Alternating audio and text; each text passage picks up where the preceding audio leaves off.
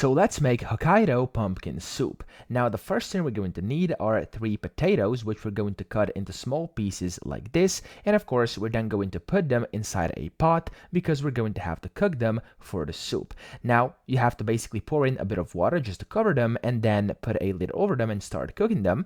And then we're going to go to our Hokkaido pumpkin over here, which we're going to cut in half first and then on quarters. Just make sure you're careful with the knife over here because usually these pumpkins are quite dense.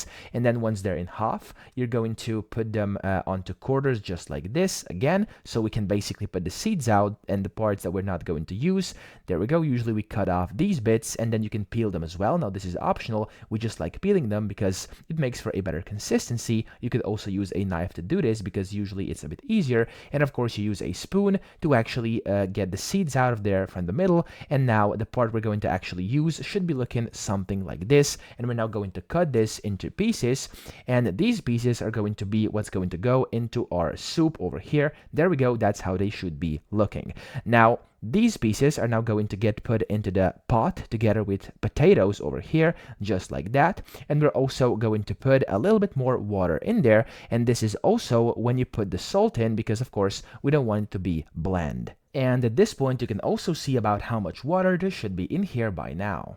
Now at this point you put over a lid and then you basically put your hob to maximum temperature and wait until it comes to a boil, and when it does it should be looking something like this. And this is also the point where you can lower the temperature just a bit on your hob like this. We're going to put it on 6, and then you can also start mixing them a bit. There we go, just like that, and we're going to leave them for a few more minutes. Now when they're done, you'll be able to stick a knife into them, and if they fall off, they're ready. These aren't quite ready yet, so we're going to put them on here for a bit longer. Now in total these should be cooking for about 20 to 25 minutes and then they should be ready.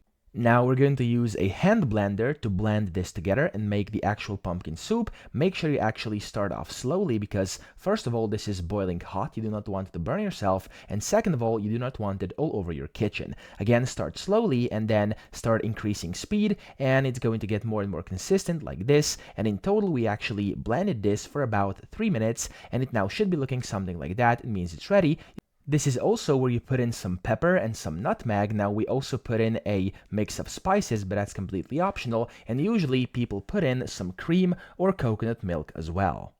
Now you mix all of this together, and this is of course when you actually can add in some more water depending on the consistency you actually want to achieve, and then you have to cook it for a bit longer on a very low temperature. We had it on 2 here on our hob, and of course keep on mixing every now and then.